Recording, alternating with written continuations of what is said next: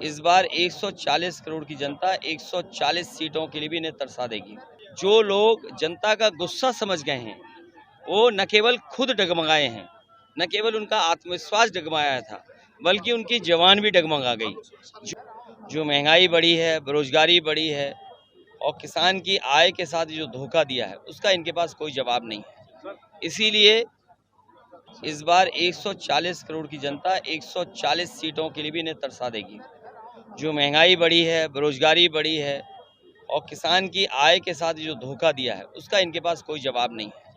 इसीलिए जो लोग जनता का गुस्सा समझ गए हैं वो न केवल खुद डगमगाए हैं, न केवल उनका आत्मविश्वास डगमगाया था, बल्कि उनकी जवान भी डगमगा गई।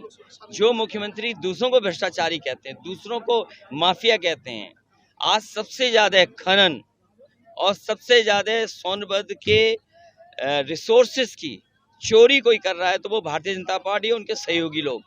और आप देखते होंगे कि सब के सब उनके मंच पे रहते हैं या मंच के आसपास रहते हैं। तो जो लूटने वाले हैं सोनभद्र को वो सरकार के मंच पे रहते हैं।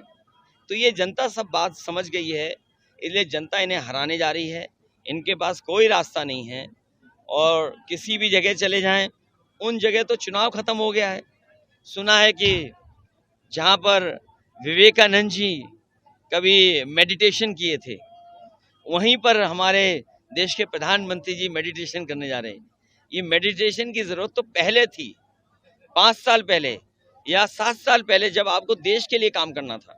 अरे 10 साल के बाद तो आपको फुर्सत ही फुर्सत है, आप जितना चाहोगे उतनी मेडिटेशन कर लोगे। और दूसरा, वहां तो भारत की सीमा खत्म हो जाती है, उसके बाद तो आगे पानी पानी है, पता नहीं कहाँ चले जाएंगे उसके आगे। कहीं ऐसा तो नहीं अंटार्कटिका की तरफ जा रहे हों, क्योंकि गर्मी बहुत है यहाँ। और याद रखना, ये गर्मी के कारण भी हार रहे हैं।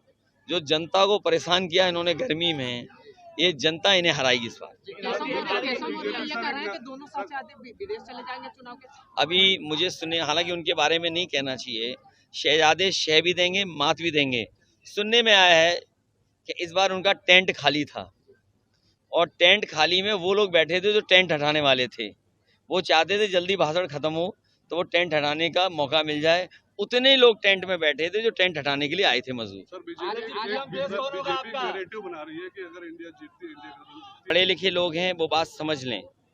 पिछड़े, दलित, आदिवासियों का आरक्षण अगर किसी ने छीना है तो बीजेपी ने छीना है। पहले पिछड़े, दलित, आदिवासी जो बच्चे होते थे, कंपटीशन में आते थे, वो सामान्य कैटेगरी में भी नौकरी पा जाते थे, उन्हें सामान्य मेरिट में भी शामिल किया जाता।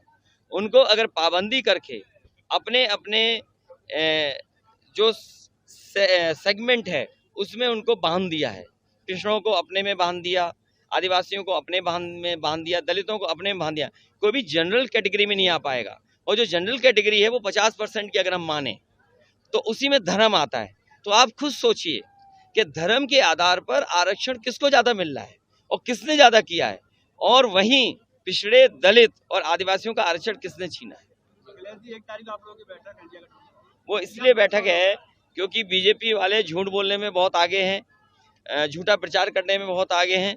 मैं आप लोगों से भी कहना चाहता हूं कि 4 जून को अच्छे दिन तो आए नहीं, खुशियों के दिन आएंगे, प्रेस की आज़ादी के दिन आएंगे।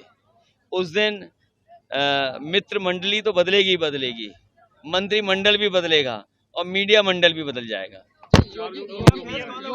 सवाल चेहरे का नहीं है, सवाल दिमाग का और सोच का है। दिमाग ऐसा हो जो आदिवासियों का दुख दर्द समझता हो, सोच ऐसी हो कि आज के समय पे टेक्नोलॉजी चीजें हैं या जो जरूरतें हैं उनको पूरा कैसे कोई कर सके। सवाल चेहरे का नहीं है। हमें वो चेहरा नहीं चाहिए जो बार बार रंग बदल करके आता है, अपनी ड्रेस बदल करके आता है, मेकअप करके आता है। हमें ऐसा कोई चेहरा नहीं चाहिए। हर चुनाव में ओपिनियन पोल दे रहे हैं बीजेपी वाले कि हम इतने इस चरण में इतना देखिए, जीत चुके हैं। तो जिसका दाना उसका गाना, जिसका दाना उसका गाना। तो जिसका चाहिए आपको वो अपना दाना दे दे, वही ओपिनियन आ जाएगा। आप कितनी सीट जीत? इस बार बीजेपी का सफाया होने जा रहा। अभी तक तो मैं सोचता था कि क्यूटो में लड़ाई है, लेकिन कल की रैली के बाद ये लग रहा है कि क्यूटो भी देश के प्रधान सांसद जी हारने जा रहे हैं। जो उन्होंने गांव गोद लिया था उसका कोई नाम नहीं ले रहा है। और जो माँ गंगा को साफ करने के लिए कहा था, सोचिए माँ गंगा से जिन्होंने झूठ बोला हो उसे कौन छोड़ेगा। इसलिए काशी के लोग उन लोगों को सजा देंगे जिन्होंने माँ गंगा के लिए झूठ बोला है।